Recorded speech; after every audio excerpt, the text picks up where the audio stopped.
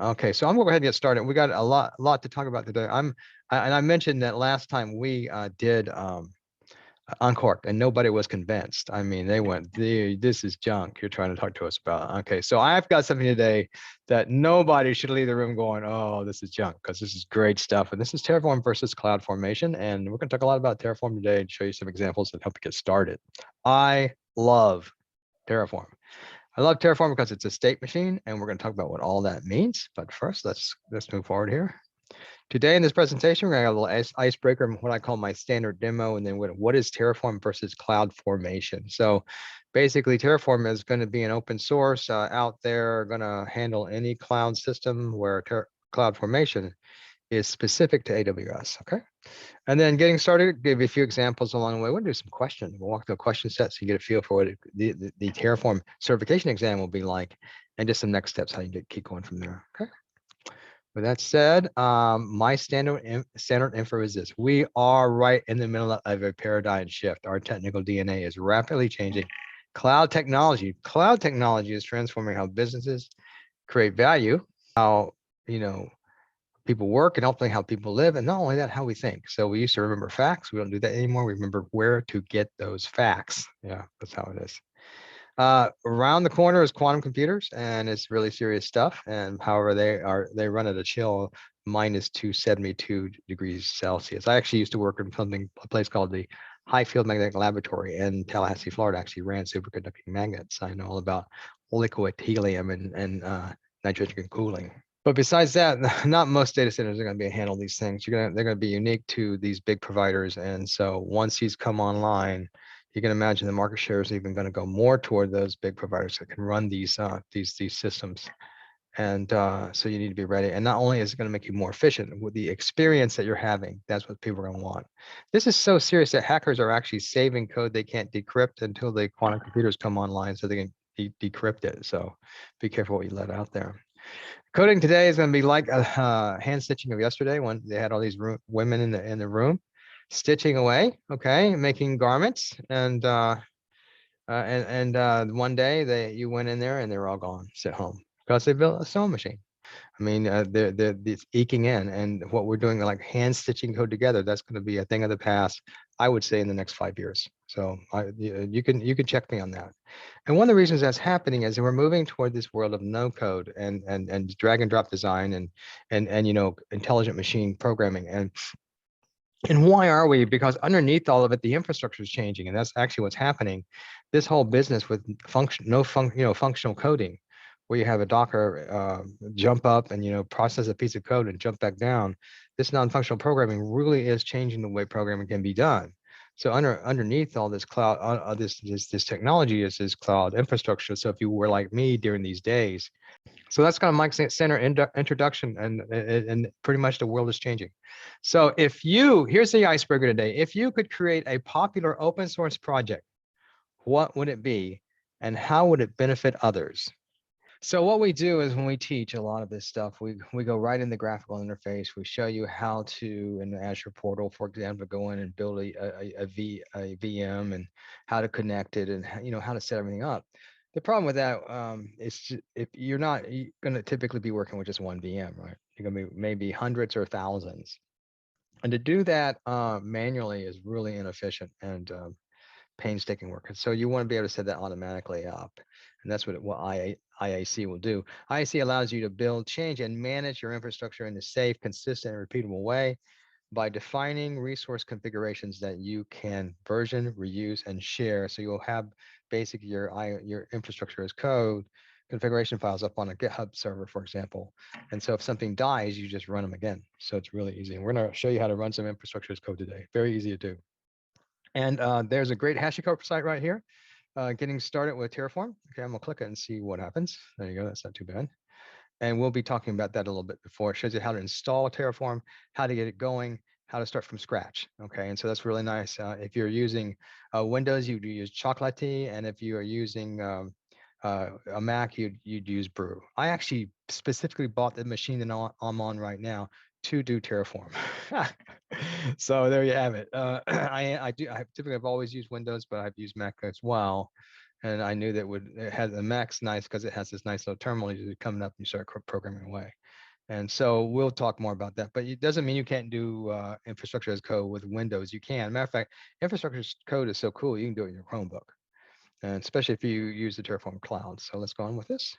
I just got to talk about history. Some of you guys that are older like me, and you can see I started with punch cards. You saw my didn't go well, but before the 1990s, man, everything was just like wiring, hand wiring, right? And it was tough. And then the 210s came, and the cloud came, right? And whoo, here's the cloud. And it just things just started changing, and infrastructure started moving very rapidly. And it's almost like this infrastructure as code is going to give you magical godlike powers. At least I feel that way. Like, wow, because in the old days, I had to go buy a server, right? And I did.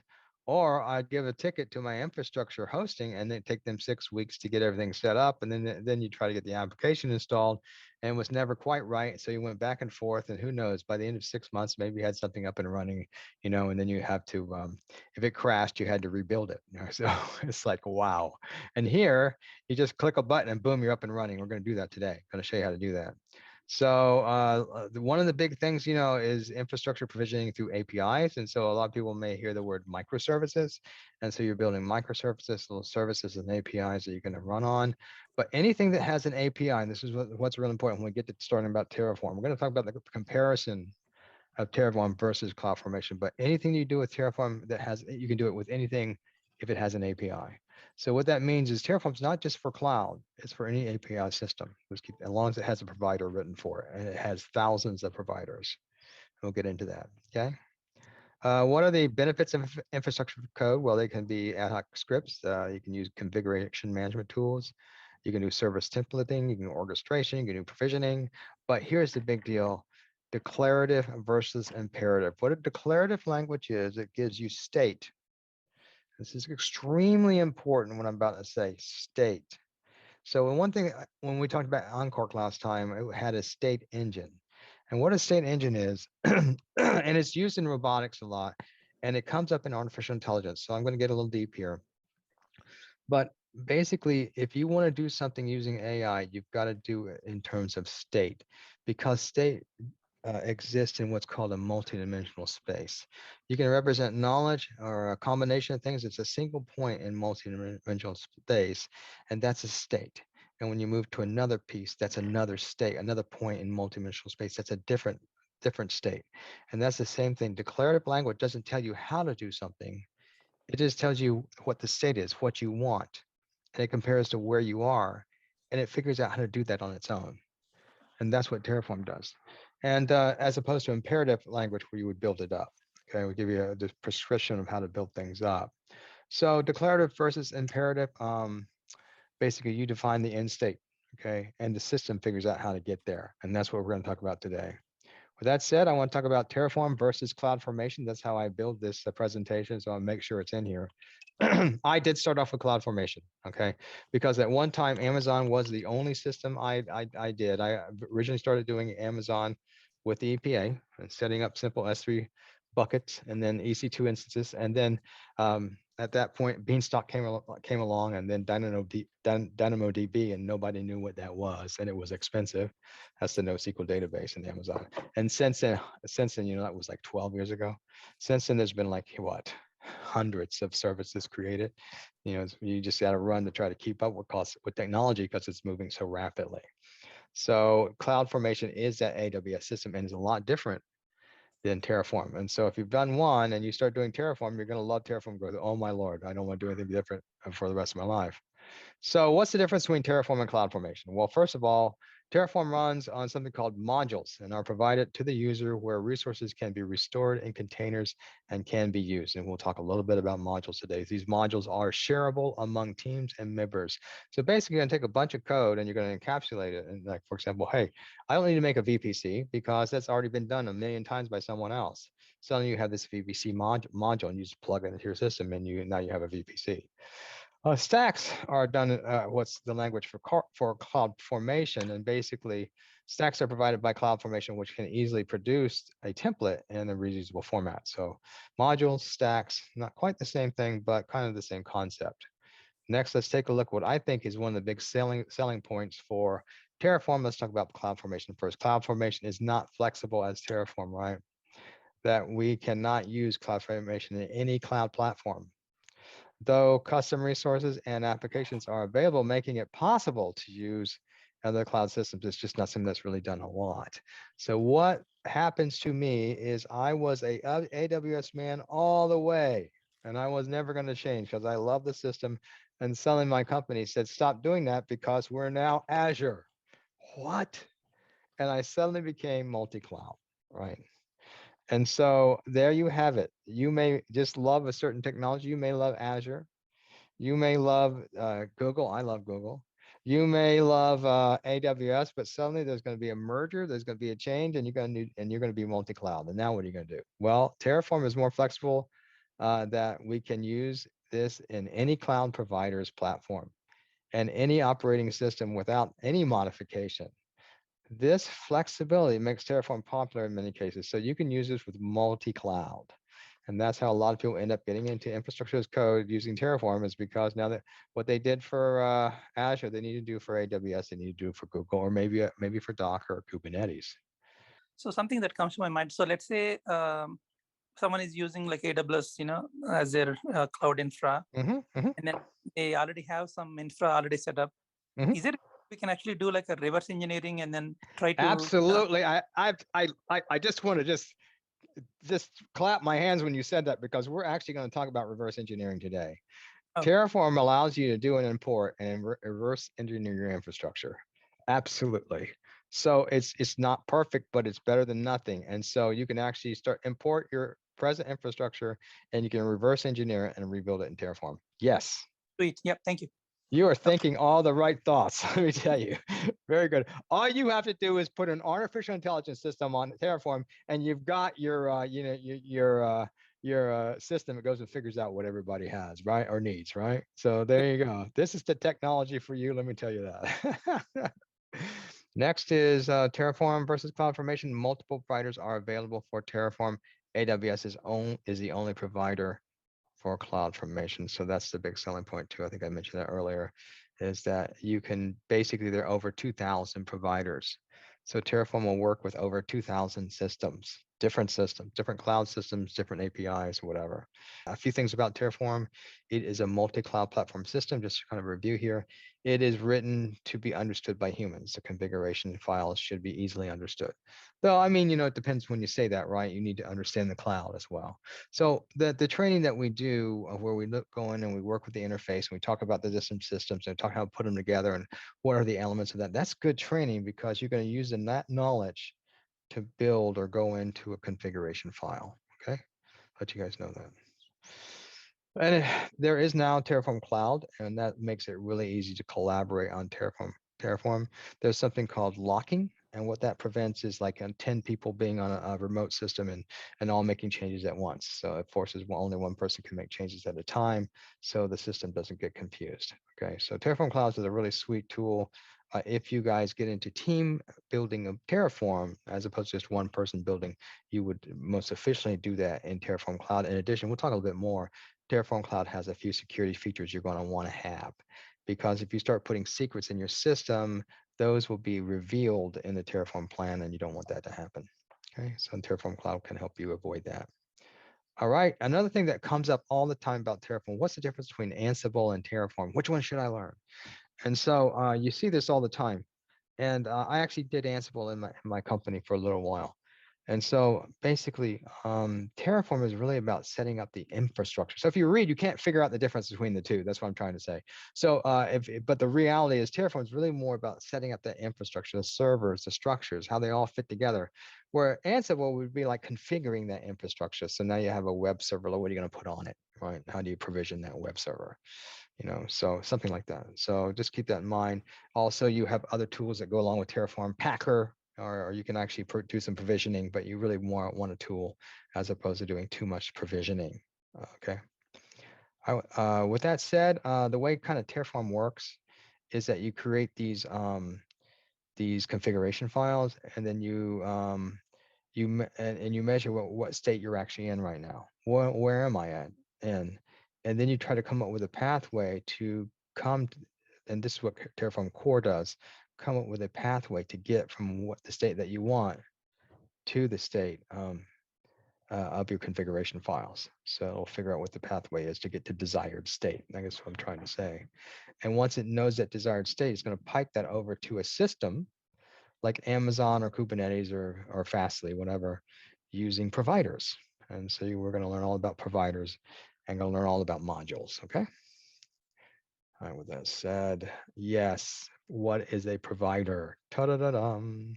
So basically, if you're going to take that configuration file and that you've written, and then that's going to go make changes on a system such as AWS or Azure, then you're going to have something that translates between the AWS and Azure API and the Terraform core system. And that's what a provider does. And there are thousands of them. And so there is something really, so you can see, once again, I've mentioned this is API driven. You have Terraform providers, and you have the API of the cloud system or whatever system you're trying to interact with. And you can find all those providers and also the modules I've been talking about, what's called the Terraform registry. Let's go there right now. So if you look at that Terraform registry, you can see there are 2,205 providers, and there's 9,658 modules. And here, my friend, is yet another selling point of Terraform. If you want to build something, it may already be built, right? You just need to go in there and pull the module. All right. So, I mean, you're looking at 9,000, 9,600 modules. Oh, my Lord. I mean, so really it's about learning what's out there. Now, if you have something that you want to build that's not in the module, I bet you'll find something close to it or someone who knows how to do it. So in a sense, you get, the more you learn about these systems, the easier it is to really be an expert without being an expert. I guess that's what I'm trying to say. If you learn how to work with these systems and learn how to get the knowledge quickly and how to implement it, that's the skill set you want to learn. And so if you come along here, we'll go ahead and take a look at browsers provided. You can actually scroll down here and let me see, and just keep going, right? Okay, with that said, what you just figure out what system you need to work with, and most likely Terraform will have a provider for that. With that said, here's, for example, browse modules. There's tons of modules out there. One of the things that we are constantly doing in AWS is building VPCs. And so you can click on here, you can see they have, you can see how many downloads. There were like over 300,000 downloads of this week. And that should tell you something about why this system is good, because a lot of people are using it, right? And then over 6 million uses this year. Unbelievable. But if you scroll down, hey, that's the code right there. So if you don't want to use their code, use that, right? And as you can see, there's defining your subnets and your gateways and your environments. And so with that said, it shows you how to hook it up and how it's built. So just so much knowledge here, and that's just 1 out of 9,000, right? So, I'm just trying to, and this is for me, like a slam dunk sales pitch, because not to you, but to me, because these resources to be able to build this stuff is just amazing. And what you want to be able to do is tool it up. All right, with that said, I showed you the module here for building a VPC. And the great thing about modules, they organize your code, they encapsulate your code, they make it reusable, and you can pass it around your group. So you can have basically a team working on modules, and you can be just sending them around. And they're like self-contained individuals of code that build and do things, and they provide consistency and ensure best practices. So really cool stuff. All right, just a few how-tos, and this here real quick here, number 3. This comes directly from best practices of HashiCorp. Use the public Terraform registry to find useful modules. All right. This way you can more quickly and confidently implement your configuration by relying on work of others to implement common infrastructure scenarios. I'm actually going to stop here and I'm going to run the cycle here in a moment, but I'm actually going to go through an example in a moment. But I want to get through this section of the presentation before I do. All right, this is kind of an exam question. Okay, you have started writing a Terraform configuration and you are using some sample configuration as a basis. How do you copy the example configuration into your working directory? So there's a lots of Terraform commands. This one's called Terraform init. And all you do is say, point it to the mod you want to bring in, it'll bring it right into your Terraform, and you can start working on it. You don't have to type anything in. It just sucks the code in for you. All right, so there you go. Okay, once again, here's the import. Import is the Terraform statement that you use to suck in infrastructure as code. So Terraform also allows you to import existing infrastructure. It will automatically create the state file. What do you think about that? Oh, yeah. Yeah, I'm sold. Yeah, I'm sold. When you see how easy it is, what I'm about to do is just going to blow you away how easy it is to build infrastructure. You're going to go, oh my Lord. So what we're going to do is, I think we're coming up on an example here. Let me see if I can do this. If you want to install Terraform, so it's really easy to get started with Terraform on the HashiCorp site. So let me just go to the HashiCorp site real quick here. So I'm sorry. So let me click there. HashiCorp has a whole series of getting started tutorials. And so the first thing you want to do is you're going to install Terraform on your system. And so it walks you through on how to do that, shows you about building basic infrastructure, how to change your infrastructure. And here's one thing I really love, especially when you're experimenting, is destroy. Now, I don't know if you've done any Azure before. If you do, they have resource groups. So when I build something, I want to get rid of everything I do so I don't get charged. I just delete the resource group and it deletes everything inside it. This is kind of like this with Terraform. There's a Terraform destroy. So when you build something, you're playing around, you may have all these assets that have come from that state file. All you have to do is hit destroy and destroys them all. And we're going to walk through the Terraform lifecycle here in a few moments. And that's to destroy. You can how to define import variables, and it just walks you through a whole bunch of stuff, and then how to work with AWS, how to build Docker systems, and it's just a real nice start. Now, once I got done with this tutorial, I wanted to learn more, and so I'm going to give you all the resources to learn more. Okay, and there you have it. So I wanted to make sure I hit that for you guys wanting to get started with Terraform. I would start with the HashiCorp site. Okay. All right. With that said, let me go down a little bit more. Now it's time for the demo. I can't wait. So are there any questions at this point before I start the demo? I just have two points to add. Okay, Scott. One is if you go to the GitHub link, which is on the top page, well, it's hidden in the middle of the front page of every module, you can get the modules itself, and you can do things like set a watch on every new release, or set a watch on every security alert, or look at a lot of the useful conversation about these are in the discussions on GitHub.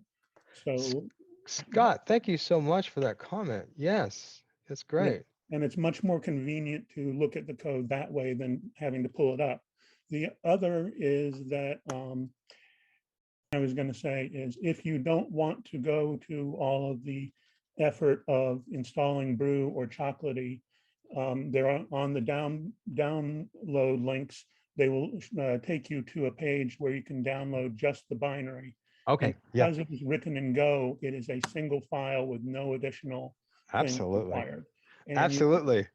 And if you are doing a lot of Terraform, it is likely that you are going to find yourself in the position where you're dealing with multiple versions, where this code is written for Terraform 1, 2, and this code is written for Terraform 0.13, and this code is written for 0.14. Yep. So what you can do is you can pull those single binaries, and I just rename them to Terraform 0.13, Terraform 1, 2, things like that. And and put them all in my bin, and so they're easy to access all of those without having to go through all the effort of trying to figure out how to make Brew or Chocolatey install multiple versions of the same program. Absolutely. You don't have to go out and buy a Mac like I did, just just to run. Yeah, good. Thanks for your comments. This sounds great. And I'm glad you're enjoying your Terraform journey. That's for sure. So that Terraform has a life cycle, and this graph, there's a lot more than what's here, but this graphic kind of shows that. And so we're actually in the demo. I'll just bring up the console. And Scott, if you want to say anything, please chime in. I appreciate it so much, or anybody. But this life cycle, I'm going to select init, validate, plan, apply, destroy. We're actually going to do this real quick. So I'll bring up my Terraform real quick, and I'm not going to show you my access keys, but I got a few little toy examples here I will go through. Now, a lot of people will use an IDE like VS Code or something like that, but I actually like doing this from command line. Scott, what do you use? Do you use command line when you do yours, or do you do a VS Code or something like that? I mostly use command line and VI and Emacs.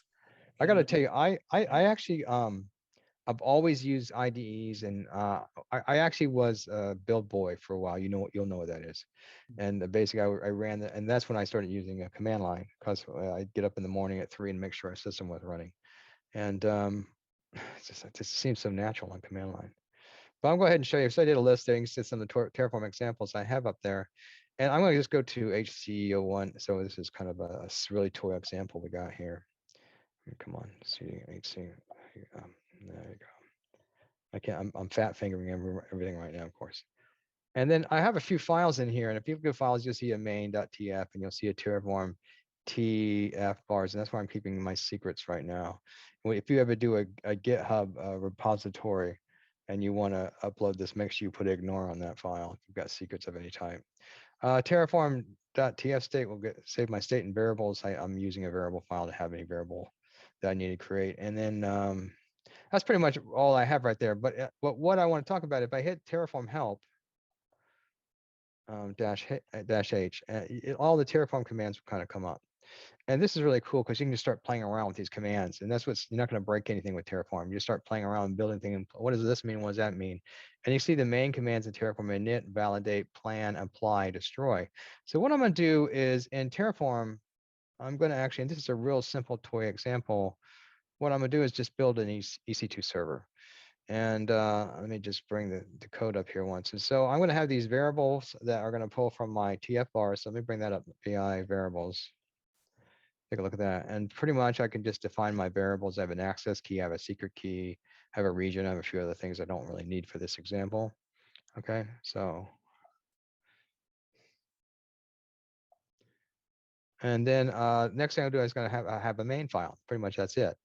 And so with that, I'll just bring that up. So COB on the main.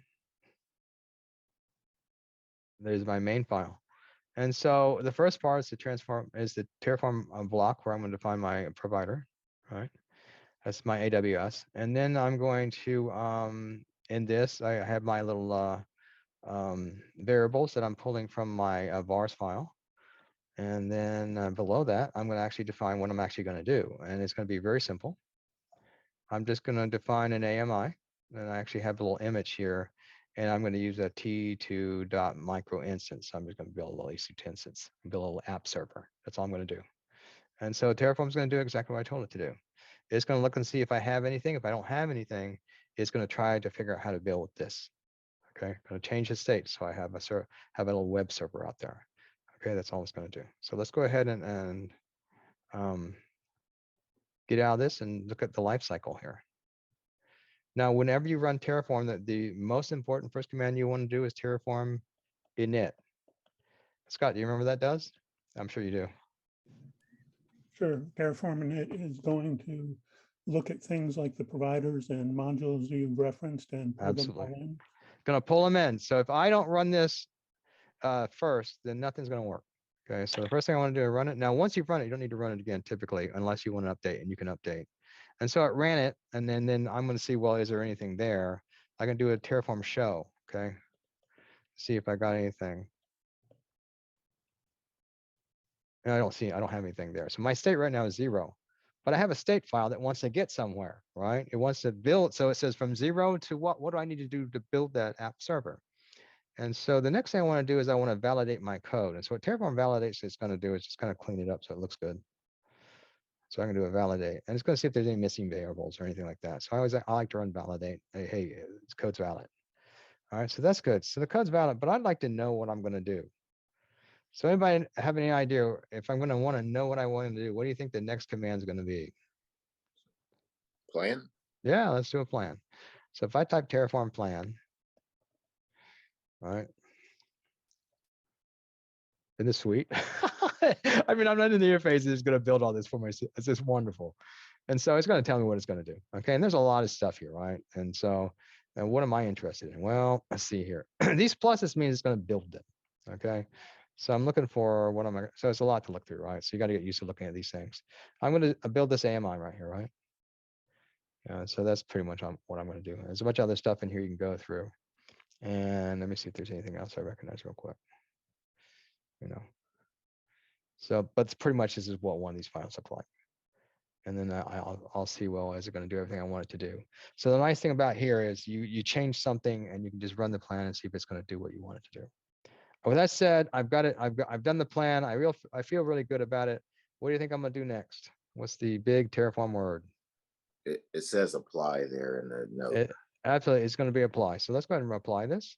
So I'm going to Terraform apply. And let's run it. And says, do you, there you go. Must have fat fingers something wrong. So, okay. And then I'd say, what do you want to do this? Say yes. That's good. It kind of stops you. And the same thing happens with destroy, which is good. So yes, let's go ahead and build it. So now it's going to build my app server. So, how much time does this take you to do in the interface, right? Go in there, make sure it's right, drag and drop, and this doesn't matter how complicated it is. Terraform's just going to rip through it. This is why Scott says I'm not going back. Because this is just so sweet. Can I ask one question while you're please do, yeah. waiting?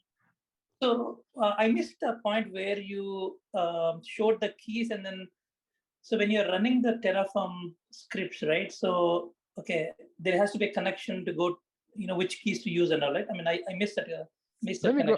Can I bring the slides up and show you the keys? Because I'm not going to show you my keys, but let me scroll down a few slides here and I'll show you what the key files look like. So what I did in this particular one is I have a Terraform tvars file. I didn't show you what was in it. And so basically in the tvars file, so what I'm doing as a user, I'll actually, how when you go into Amazon, you can choose keys or you can choose password when you create users. So I'm going to choose keys. And so it's going to give me a user that can actually access and do certain things. So what you might want to do is when you create that user, your Terraform user, you might want to put some policies on what that person can do. If you only want that person working with S3, then you would put policies on that. So when you go into your AWS and you create the user, then you can put policies on that user and get the access and secret keys and put those. And I put those in this case to make it easy. Put those in the tvars file. Okay. And then in the next file, which I did show you, the variables files, it's actually pulling those access keys from the tvars file. Do you see that? Yeah. Does that answer your question? So where is this variables being used in? And then here's the main TF file, and these variables are being used here. So it knows to keys from that variable is what you're saying?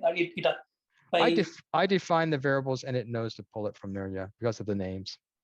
No, is it a standard? I mean, it knows to pull from the vars file, or like how does it know where to pull the keys? Yeah, it will look there first.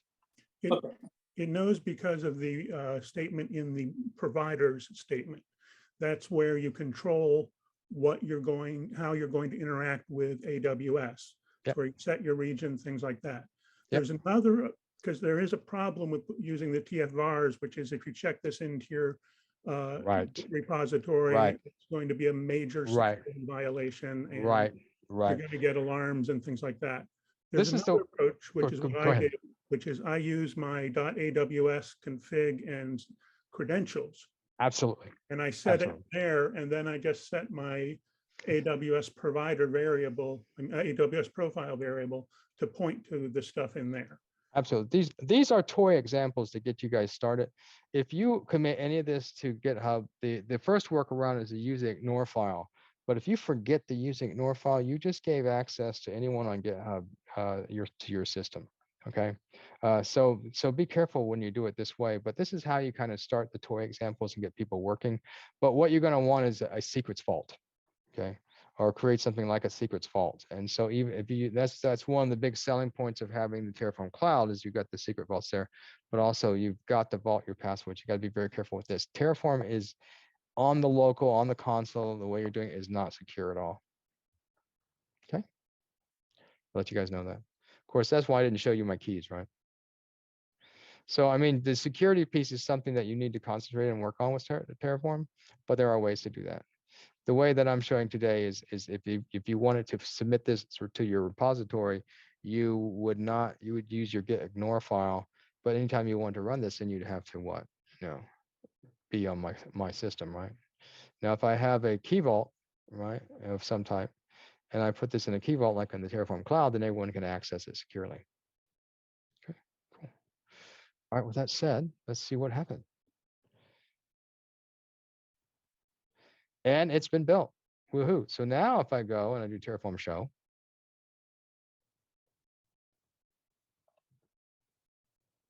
oh, that's what's been built. Okay, so as opposed to having nothing, now it's been built. All right, so that's pretty good. And my system's running along, okay? And someone's made a change to it. How do I get that into the state file? Anybody want to know?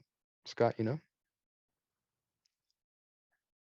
So the question is, if the change is an authorized change you want to keep or not, because one of the nice things is that Terraform can repair those changes. Just Absolutely. Apply.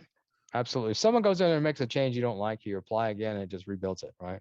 Someone goes in and deletes a server, you just apply again, you build it, right? If you want if someone goes in there and you want an approved change. So what do you do when you want an approved change? You use a refresh. Is that how you do it? I normally edit the Terraform. Okay. All right. Yeah. That's funny. Reason I kind of giggled about that because there is theoretical and there's reality, right? Now that I've done it, I've got my toy example done and it was fun and I got to play around. I learned about Terraform. I saw to build things. I saw how the code was reacting. What do I do next? I want to get rid of it because I don't want to get charged. What do I do? Destroy? Terraform destroy. Absolutely. I actually read it. Terraform destroy. You guys are already Terraform programmers. Destroy. And when I do that, now if there's a machine I don't want to destroy, then there is something called a Terraform state command. So if I go to state, I can actually do, I think, a dash help on that. If I do a dash H on that, it shows me all the stuff that state can do, that state command do. It can do a list, it can do a remove, it can do a pull, it can do a push, it can replace, it can do a remove. And so what remove will do, it's going to remove that item from my state. So if it removes that item from my state, it's still there, but Terraform doesn't know it's there. So if I remove that item, I do a destroy, it won't destroy that item. Okay, so in this case, I'm not going to do that. I only have one item. So in that case, I'm just going to destroy. So I'm going to do a destroy. And when I do, it's going to just take it all away. What's really nice about destroy is before I destroy, nope, let's do destroy. Okay, it's going to kill it. But before it does, it's going to tell me what it's going to do. See that? Isn't that sweet? It's going to remove that AMI. See that negative sign means remove. If you see a little tilde, a plus means add, a negative means remove. If you see a little tilde, what that means it's going to do, it's going to upgrade. So maybe you want to upgrade an instance, but that negative means remove. And so it's going to remove the AMI. I'm happy with that. So I hit yes. So that's pretty nice. It's going to show you what it's going to do before it destroys it. So you hit yes. And so it's going to destroy everything. And now I'm not going to be charged. I don't know if you've had the same problem that I have, that you've built something in AWS or you built something in Azure, you're being charged, but you can't find it. Has anyone ever had that problem? And you have to look and look and look to find it.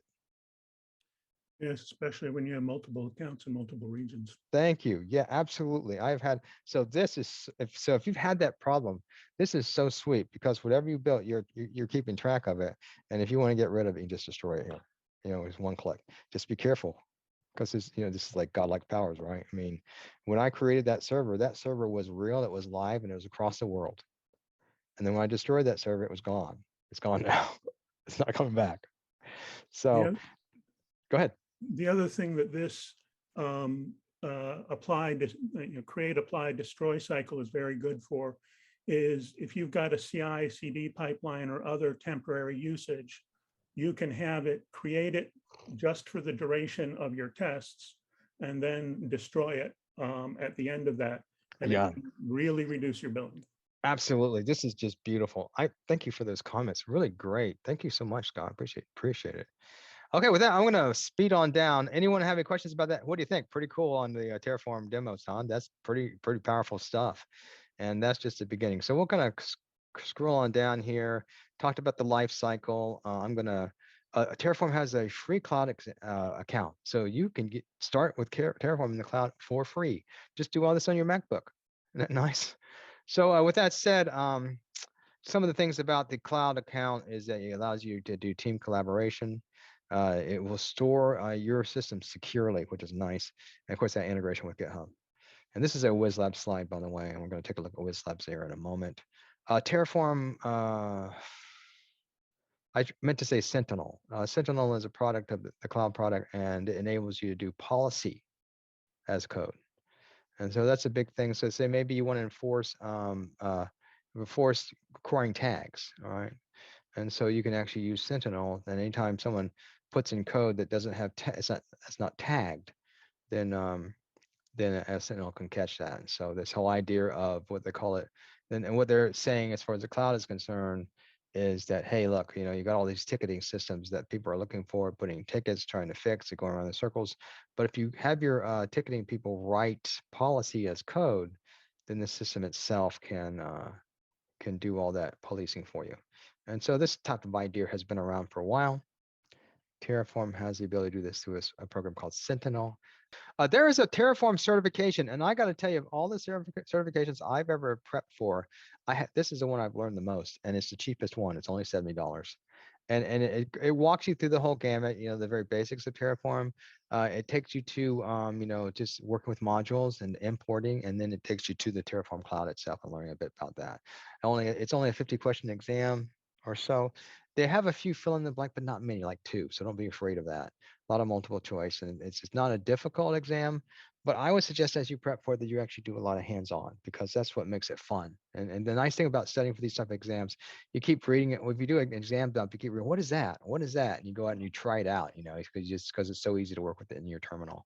The exam itself, like I said, is only an hour. It's $70. It's good for 2 years. And what I like about it is just you learn stuff that you didn't. If you study for it, you'll learn a bunch of stuff you weren't even thinking about. So it's nice to prep for something like this.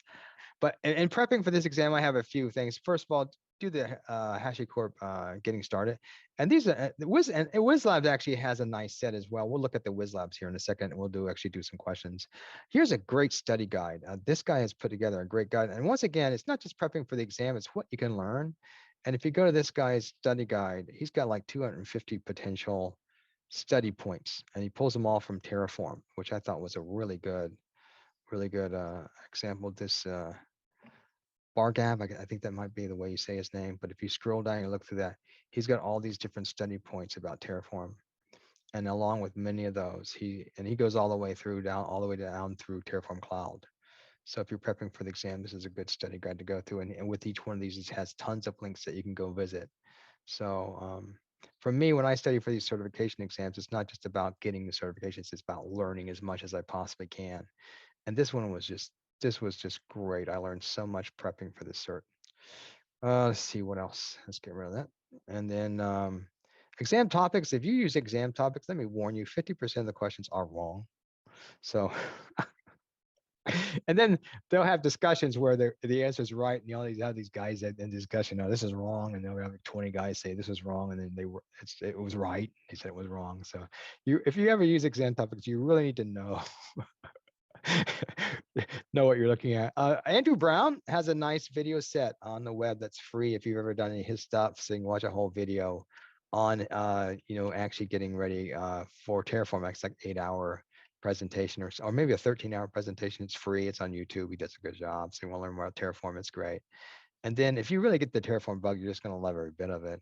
And then Udemy has a 300-question exam dump. You can read that as well. I don't know if you'd actually pass the exam if you took this one, but it's got a lot of information. I like reading the links and learning more and more. So it's a great way to kind of learn as much as you can and get to that associate level and then really get the hands-on. I think it's really important. I thought I'd do a little bit of WizLabs and just talk about that. We got about 13 more minutes. So let me just talk about WizLabs. We're actually going to go through a question set to show you what some of the Terraform questions are like. It's some of the gotchas, because I was interested. I went to WizLabs and I did some of the questions. I went, I know that's the answer, but you know what? If you did that, you would be in trouble. So I thought it was funny. So let's take a look at it real quick. We'll do a few questions this time, see what you get with the WizLabs.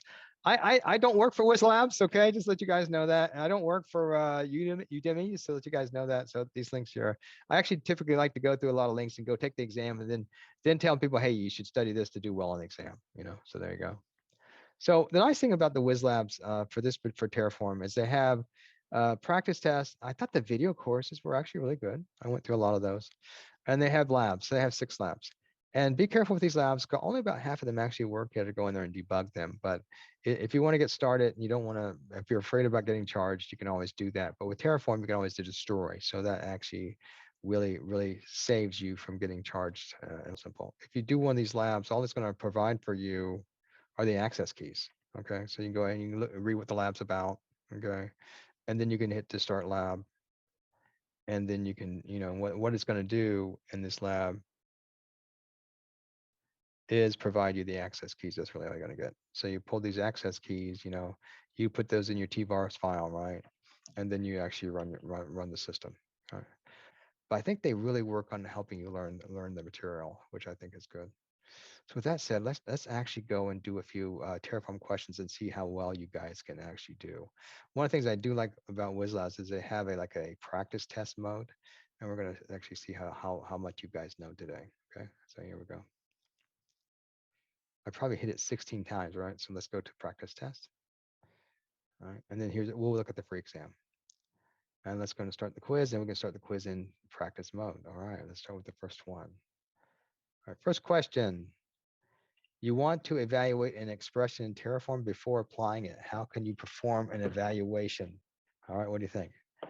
This one was maybe a little tricky at first, but I went, oh, okay. Let's see, let me move this over so you guys can see it. All right, you want to evaluate an expression in Terraform before applying it. This is a nice feature of Terraform. How can you apply the evaluation? One, exec, which one said? B? Validate, yeah. Validate. Well, what validate is going to do is going to actually look at the code and see if you're missing a variable or if it's not syntactically correct. So validate won't work here. Let's look at the next one. On Terraform console, validate the expression, push the code to the repository. Which one do you think? We were looking at A, C, or D?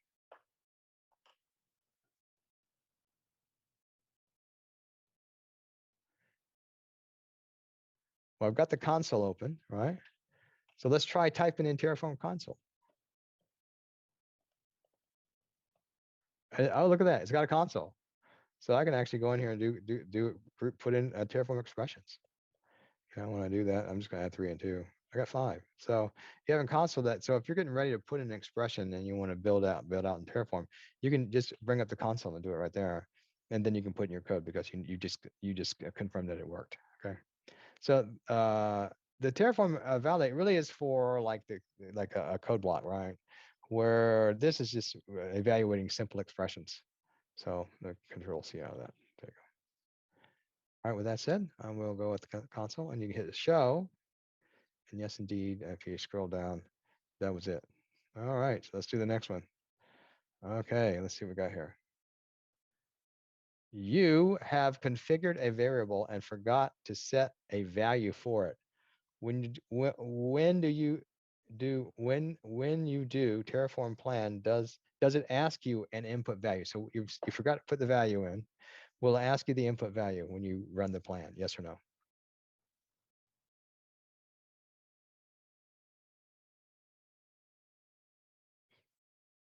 What do you think? Gonna run plan. I forgot to put in a value. Is it gonna ask for it? B? It's actually yes, it will. It actually will ask for that variable. Isn't that nice?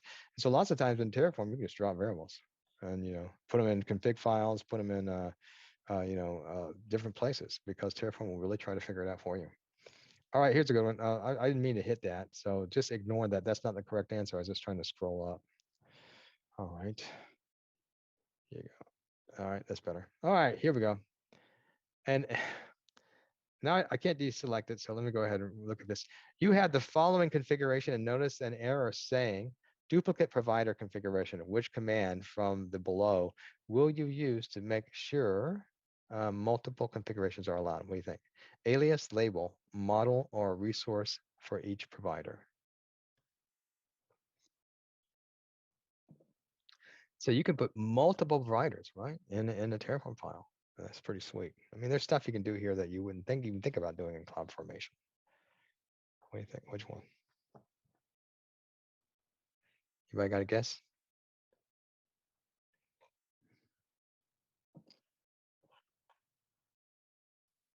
Yes, hey. Absolutely, alias. Absolutely. That gives you the ability to have multiple viters in a single file. Yeah. Get your show answer there. This is what I really like about Quiz Labs is this ability to do this, because if you're going through this stuff, if you've done a Udemy exam, you can actually, some of those exams can take like 3 hours to finish, and then at the end of it, you're so worn out, you don't look at it until the next day, and then you forgot everything. This gives you immediate feedback. Do Terraform workspaces help in adding and allowing multiple state files for a single configuration? Yes or no? So we didn't talk about workspaces, but basically, if you're on the Terraform cloud and say you want to have a dev or an int or a production, you can put each one of those in different workspaces. And so since we didn't talk about this, when you see the answer right here is yes, it does. So workspaces can be very valuable. Okay, let's see if we can get another one. It's a little more juicy than this. Let's see here. If you apply a sensitive flag for data password while executing Terraform and plan and apply commands on the console, will the password be shown as plain text and logs? And so this is a got you. The answer of this is going to be, I believe it's going to, will it be shown? I think the answer, let's see what it says. It's going to be false, won't be shown, but it's a got you. Here's the got you. If the sensitive tag is applied with Terraform apply and plan, the output can't be visible. However, if you have access to state files, the output can be visible as plain text. What? Don't do that. Don't do that. Do it a different way. So anyway, so got you. I've got several certifications in these cloud systems, and like you got to be careful. GitHub, basically people have like they have crawlers crawling through GitHub looking for AWS passwords. Looking for Azure passwords, because that's the mistake that people make all the time, is they put their passwords in their code.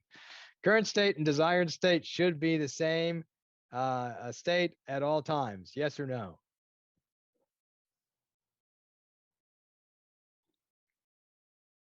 Yes. What actually is no, and I would have made the same.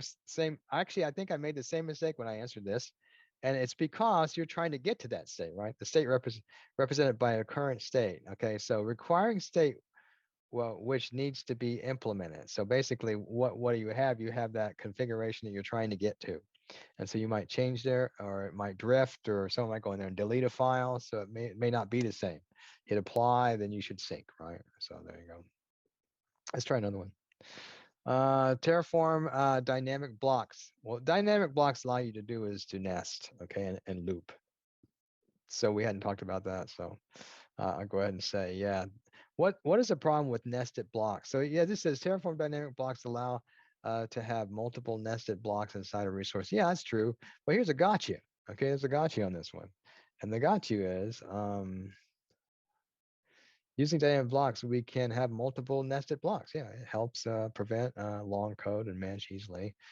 Blocks acts as expressions for nested expressions and loops. It iterates over given a complex and generates nested blocks. But if you use them too much, your code can become confusing.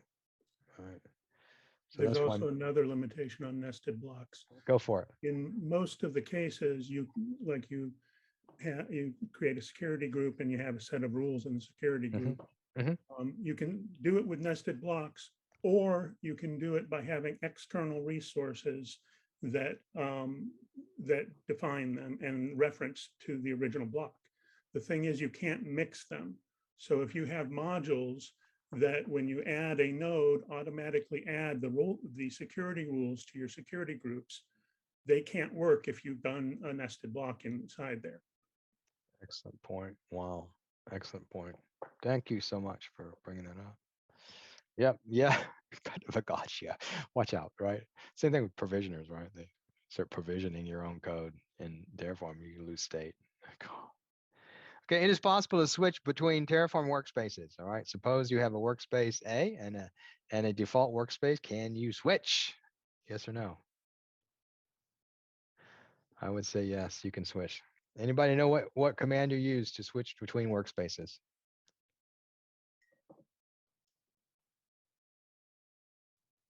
Let's look it up. So you can go to your Terraform console, All right, and then let's just see if we can figure it out. I bring that console up, and then I'm going to go to let's put workspace. Let's see if we can get away with this. -H. Didn't see anything. I'm sorry. Terraform workspace -H. There you go. Subcommands, delete workspace, list workspaces, create a new workspace, select a workspace. So what you want to do if you want to switch between workspaces, I might go Terraform select workspace. Excuse me, space select dev or something like that. I might do something like that. So use a select statement to basically switch between workspaces. And so that's so easy. Just lean on these console commands because they're really easy. And then once you figure out how all that works, then you pretty much know Terraform, right? So, all right. I think we're getting close to the end here. We are at the end. So I won't go through any more of these questions. It's just using an example, the type questions I asked on the exam. These may seem hard or confusing, but once you start working with Terraform, it actually gets really easy. You go, wow. And it makes a lot of sense. And that's the great thing about Terraform. It just makes sense. And so let me just kind of scroll down, see what we had left for this exam. Just went through some of these demos. I went through a demo in the presentation where I give you all the kind of show you some files here and actually run one in WizLabs. There's no really reason to do that. We did do our one demo. So that pretty much puts us at the end of the presentation today. What do you guys think? You ready to go out and start using Terraform, or at least learning it? Looks good. Yeah. I mean, I wish that when I got started a number of years ago, that someone talked to me about this technology. Of course, it didn't exist then. So embarrassing. I'm always telling my sons, I never had that when I was a boy. This is Dad because it didn't exist. Shows you how fast technology is changing. Yeah, so that's Terraform, and I didn't get the negative I got on Encore. Okay, it seems like I sold you guys on this one. I actually, this is all free, guys. I don't charge for any of this, and I'm glad you came to the presentation. If you have any questions or you need help, always feel free to reach out to me. I'm more than glad to help. I see I got a few chats here. Yeah, so good. Yeah, I think that what I'll be doing is as I do some presentations in the future, I'll probably use Terraform to help with those. And we'll do, and something I've been trying to convince the folks at work, so what you need to do is you teach these courses, because that's what I do. I teach this stuff. You need to show them this, but then you need to show them how to do it in Terraform. All right, here's how you build a VM in the interface. Now let's do it in Terraform. And I don't know if they're there yet, but definitely is a good way to teach. All right, looks like we got 18 here. That's any comments? What was the most important thing that you saw here, or you thought you could use? All of it. Yeah, all of it. Yeah. Does it look easy to learn? Yes. Yeah. Yeah, I think the presentation, if you look at those links and just start there and just start whacking away, you could probably learn it pretty fast. I would actually encourage you to try to go for the certification. That just keeps you oriented and it allows you to learn a swath of material, not just one thing. And just start building stuff. And the cool thing is, if you go to the registry, go to the modules, or just say, how do I do this? And sometimes if you just say, hey, I want to build a Terraform, say Terraform, build an S3, for example, S3 bucket. And if you type that in, you'll probably get some code on how to do that. How to S3 bucket in Terraform. There you go. And so you can walk through there and try to understand that and build your expertise. There may be certain things that you actually do, okay, a lot of. And then you might want to say, well, how do I do it in Terraform? So I can just click and do it. Okay. So there you go. Mike, would you find it useful to, especially when you're getting started on this, to create it by hand, know the instruction, it's laid out correctly, and then do an export to Terraform? I think either way. I think one thing is like we that's a way to teach it. Say, hey, because really when you start someone from the beginning, they're learning interface, right? And I still think that's really important because they're learning about the system and how it connects. And so if you go, hey, yeah, just build a VM and you do it in the interface and say, now let's do an import and import it, and then you can actually show us how it's built in Terraform.